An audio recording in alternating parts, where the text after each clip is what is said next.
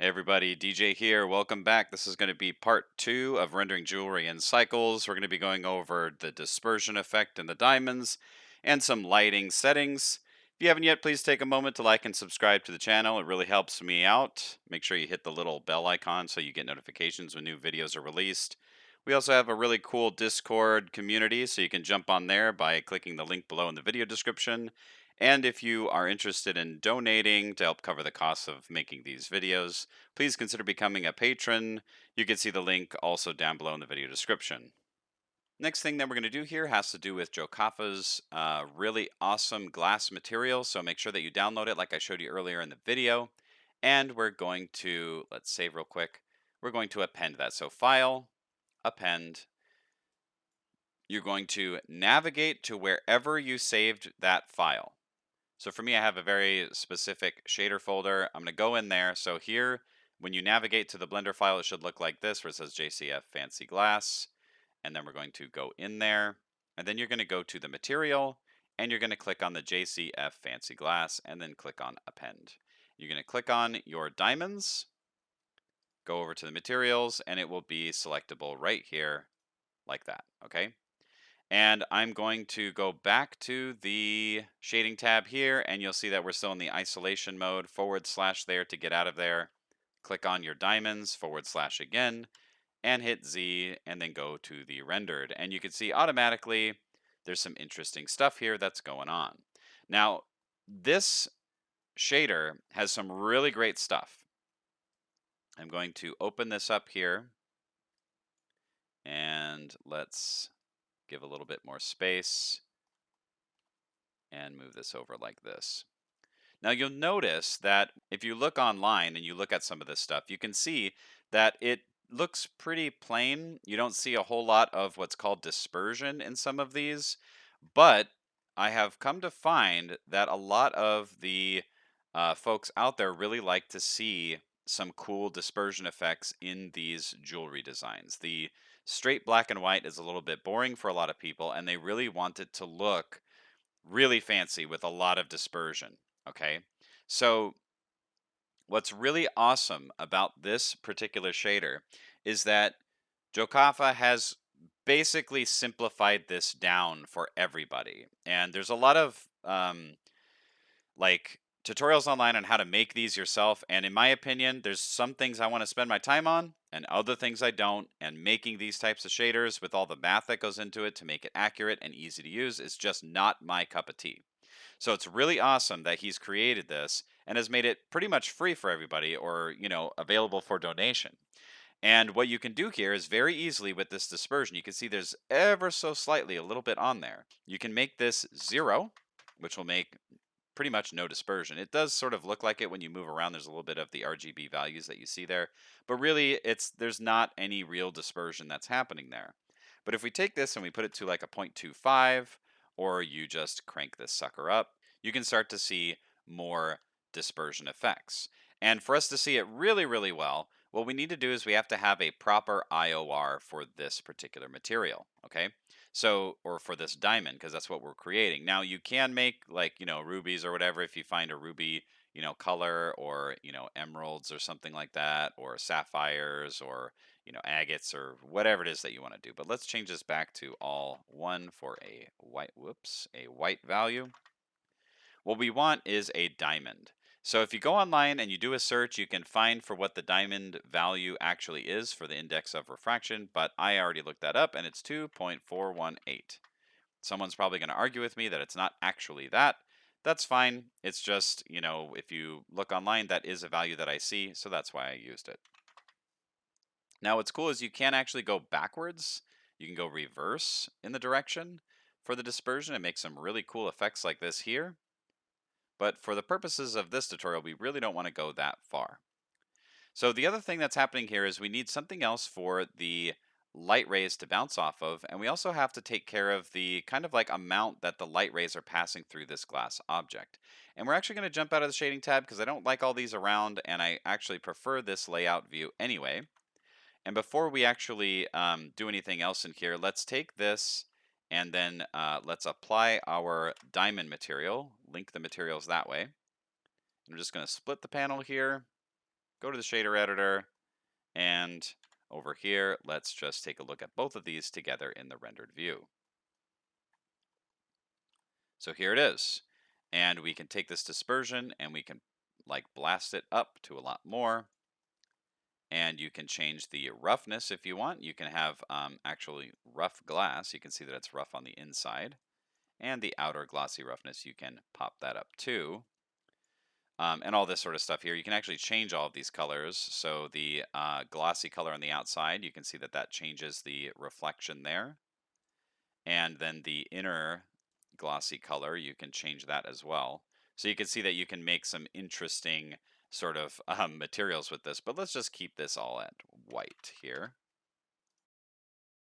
Okay, so what you might be finding is that while you're messing with the settings and stuff, it's just not quite sticking out as much as you might like as far as the dispersion effects here. So you might like put the dispersion up to a 1 or something. It changes it, but not quite as much as you'd like. I'm going to put this back down to a 0.25. So what we want to do at this point is we want to start adding some lighting into the scene. So let's actually make an adjustment here. So if I go up here and I go to the object world, change this to world right here, here's our HDR, and we can actually add with Shift a color, RGB curves, and we can make this a little bit more contrasty. So you can see there it's isolating those highlights from the background a bit more and making some darker areas visible and some of the lighter areas more light. So it's basically just creating more contrast in our background image. So that will act all right for now for just creating a little bit more contrast. And of course, if you don't like that, you want it more flat, you can pull it back. That's just fine. But what we want to do is we want to actually create some more lamps here. So let's change this to the 3D viewport. I'm going to hit N to hide this stuff and T to hide that. And over here, what we're going to do is we're going to hit Shift A and we're going to add a empty.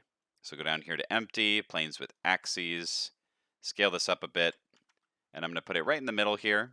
And you can see it's on both of these here. And let's hit 7, and I'm actually going to hit G, move it on the Y, and I'm just going to put it right in between the two, maybe more on this one, maybe like that there. And let's hit Shift A to add, and we're going to add a light, an area light, and we're going to move it on the Z straight up, like that. And what we want to do is over here on the constraint, the object constraints here, click to add one, track 2, click the pipette or the eyedropper here, and just click your empty. And that's going to basically make it to where this light will always be pointed at that same section, no matter where we place it. And what we want to do is pull this down a bit and put it kind of right over the top. And in order for the dispersion effect to really shine brightly, we need a very small light. Let's go to the light properties here, and let's change this to like 150 and take a look.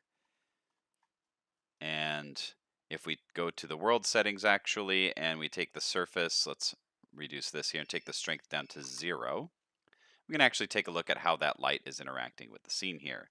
So if we take that light, maybe go up to 500, and then pull it down a little bit closer.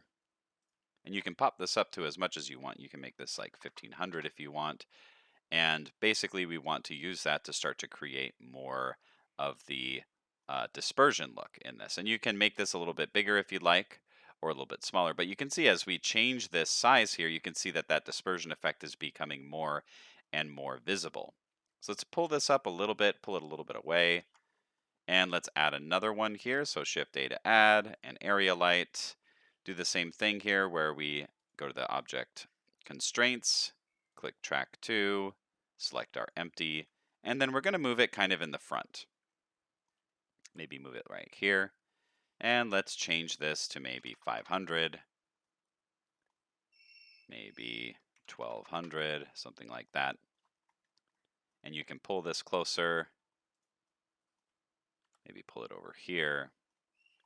And you can see that now that dispersion effect is really starting to show up because we have more light rays that are shooting into it and changing the way that that material is refracting and reflecting that particular dispersion effect. So pretty cool. So let's go ahead and go to our world settings here, change this back to a 0.25, And you can see that now we have some really cool dispersion look coming in there, and we have our environment light. And you want to take these lamps here, and let's move this to a new collection, and we'll just call this lamps. And we can turn those off, and you can sort of compare the two. So here it is, kind of dull. And then if we turn those on, you can see that it's a lot more directed to that area, and it kind of brightens up those dispersion effects. All right, so that looks great. Let's go ahead and add a floor to this thing. So actually, before we add the floor, let's add our camera so that we know what our composition is. So let's hit Shift A to add camera, and let's go ahead and reset by going to clear rotation, and we'll just clear that rotation there. And what we want to do is we can rotate this and we can move it, hit 0 over here on this part of the panel here, hit N, go to view, and we want to view lock camera to view, and we can move this around. Now, what I'm going to be doing is I'm going to be setting this up kind of like this here, so that there's sort of some empty space over here on the left for my composition, and the object is taking up the space over here. Okay, so let's go ahead and save that. And let's look at this in the rendered view. And what we can do as well to sort of save on some render speed and all that kind of stuff is go to here to the output properties, click render region, and it will only render the area in here. So if you zoom in, you can see it only renders that section there. So let's go back to the render properties here and just to keep this here, because we are going to mess with some stuff over here in a minute. But let's go ahead and add a new plane, scale this up. And we want to just scale this up to where it takes the entire floor here, hit Control A, and we will apply the scale to that. And this is going to be very simple. We're going to go here to the shader editor, go to the object, and let's actually over here go to the material properties, click new. We're going to call this floor. And there's two ways you can kind of do this. You can make it, whoops, let's actually go to N and then remove the view lock there. And let's also take the show overlays off so we can just look at our really cool composition here. There's two ways you could do this. The classic way that I've seen this done usually is with a white background, or you can make it gray if you want, but usually it's a white background here. And take the roughness and pull it all the way up, so you get a nice soft effect like this going on. Or you can make this black and take the roughness all the way down, and you have a more dramatic sort of reflected look here. So you can do either of those, and if you don't like the way that this is being reflected, your background is being reflected here, you could always go to the world properties, click on your HDR and hit Control T, and then you can, where it says rotation Z, you can rotate your background and change it. So this one, because it has a particular design, looks kind of cool if there's like this sort of V shape here, or you can keep turning it around to get sort of a look that you like. So maybe you like that look there. It's really up to you on how you want to do that. But for me, I actually prefer, if I go up here to the object, I prefer this white look just because it's more clean, and take the roughness and move that all the way up. We don't need to put any sort of material on this floor here. You don't need to make a bunch of stuff like, a roughness map and a normal map and all that, because really your focus should be on the object here, not on this background here. Okay, so that's one thing I kind of want to stress with this is that's kind of what you want to do. Make it so that the person will focus on this object and not your background. So yes, you can do the black sort of background if you'd like, but I prefer this one. I'm actually going to click on the camera here and I'm going to hit G over here and I'm just going to move it over just a little bit like this. Give a little bit less space and allow for some more room over here. And one thing that I'll recommend, you could change this right here from GGX to multi-scatter GGX, which sometimes will result in a better final render because it kind of scatters the light a little bit better on the metal and stuff like that. It does take a little bit more to render, but that's really up to you. So at this point here, what we can do is start to mess with our render settings. So let's go over to our render properties and we're going to go down to performance. Now, also we're going to go to the light paths. So under light paths, what normally I would recommend that you do, and let's save this first, is that you go over here and you turn this on to full global illumination. So if you click that, It will set all of these to 32. And then if you reset your viewer here, you're going to get a lot more of a noisy image here. And basically, it's having a lot more light paths being calculated within the scene, which should give you a much more detailed and much more realistic final render. Now, what's great about this new version is there's a thing called the fast GI approximation, which if you click this on and you look at this, you can see that it turns this all black. And basically what this does is it's going to approximate a global illumination, but only calculate a certain number of bounces. Now, what I'm going to do is I'm going to change the viewport first. So I'm just going to click this up. 1, 2, 3, something like that maybe, or 4. So it's at a 4 setting, and make sure that the final number of bounces down here is the same. So it's really up to you on whether or not you want to use the older method, which is playing around with these bounces here, or use this fast GI approximation.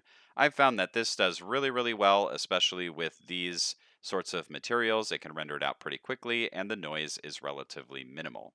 So we've pretty much set up all of our materials. We set up the glass and our background and everything else. We set up the amount of light paths here. Let's go ahead and change the performance. So I have what's called the auto tile size add-on. You will have an area where you can actually type in the values here, but I'm going to use this add-on here. You could just go to edit preferences and look for auto tile size. And for me, I know that 512 works out great, so I'm going to use that. And when we're getting ready for our final, what we'll actually do is go over to the output properties, and you always want this to be at least 1.5 times or 2 times your final size of your render, because you want to render larger than your final so that you can get higher pixel density in your final image. Okay, and I'm not going to go too much into that right now, but it's basically the same idea about painting a, let's say, postage stamp size image at a very large scale, like, maybe 10 inches by 10 inches, or 20 inches by 20 inches, taking a photo or scanning it and then resizing it down to a stamp size. You're going to get a lot more detail in that. So if your render is 1.5 to 2 times the amount, so 200% here, and then you take the final image after you render it out and you scale it down 50%, you will end up with a much cleaner, much crisper looking image, and it's going to look really great. The other thing that we're going to do that a lot of my tutorials in particular, and just a lot of tutorials on Blender in general, don't really go over very well is kind of like finalizing your lighting. So let's go to the 3D viewport, and we're going to change a couple things here.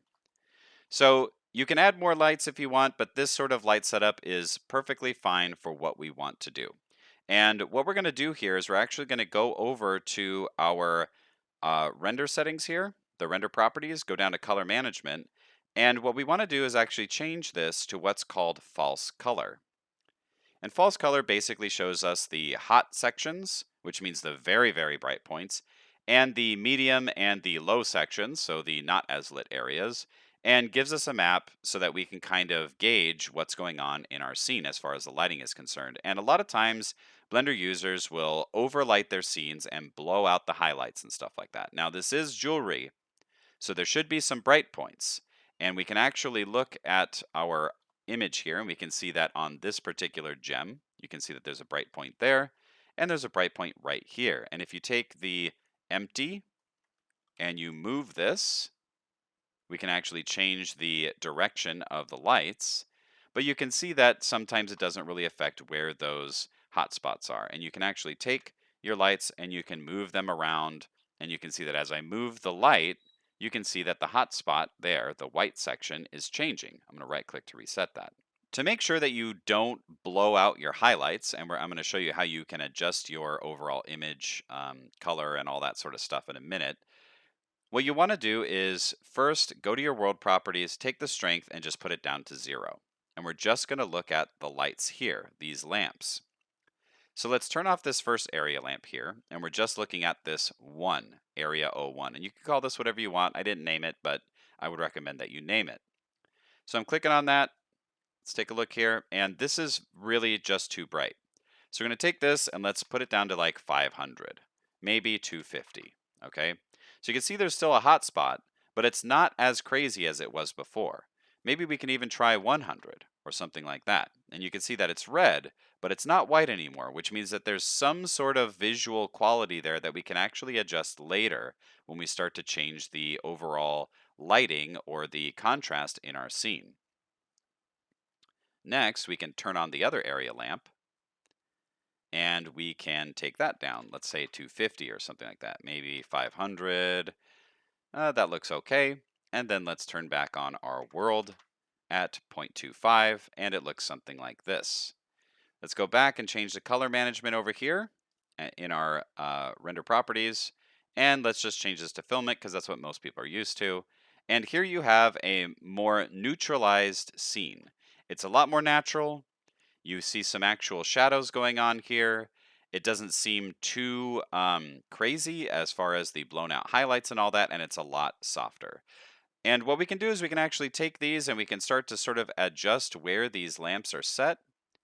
So if our camera is right there, maybe we want to pull this over and maybe make it shine more like this. And then for this one up here, maybe we want to pull that up on the Z a little bit to relax some of those shadows maybe. And maybe you want to increase the scaling a little bit on that. At this point, it's up to you to sort of adjust your lights to get it looking roughly where you would like it to be for your final. Now you may be going, okay, cool, I really like my lighting, but the shadows are a little bit, not great. I really don't like what's going on with my shadows. Now, that is caused by the size of these here. And most likely this one here, you can see that if I increase that, the shadow gets a little bit more diffused.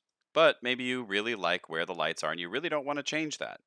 What's really cool is we can actually adjust the shadows on these. So if we go up here, we go to the shadow editor, click on, or the shader editor here. We click on, and I'll turn these on just so you can see what I'm clicking on. We turn on the overlays here, go in here, and what we want to do is we want to go up here, do a search for light path. So there it is right there. And what you want to do is look for what says shadow ray right here. And what we can do there is we can take a shader and we can put the transparent right into the shadow ray. And then what we can do here is we can add an add shader, put this one here and this one here, and then look through there. And you can see that now the shadow is transparent. And what we can do here is you can basically take a mix RGB here, take the shadow ray and put it into the factor, make one white and one black. Sorry, actually put the color here.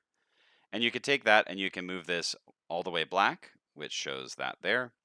Or you can make it all the way white, which shows that it's basically fully transparent, or you could put it anywhere in between. So at 0.5 will basically make that a little bit less visible. You see that there? So if I take the factor and I move it down, it's more transparent.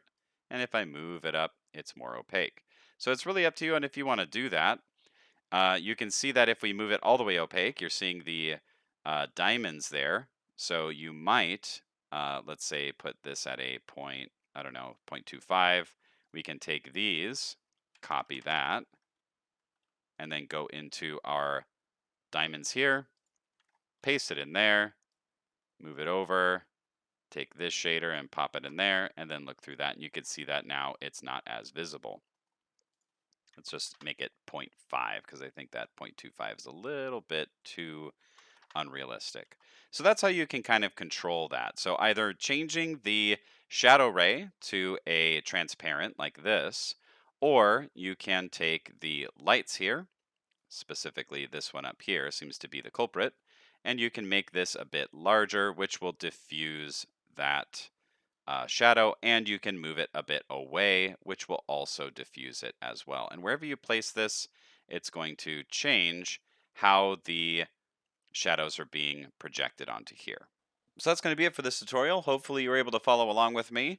Make sure to join me next time when we cover our final render, lighting, our color passes, our compositing, and really get this thing looking amazing. I will see you guys then on DJ Tutorials.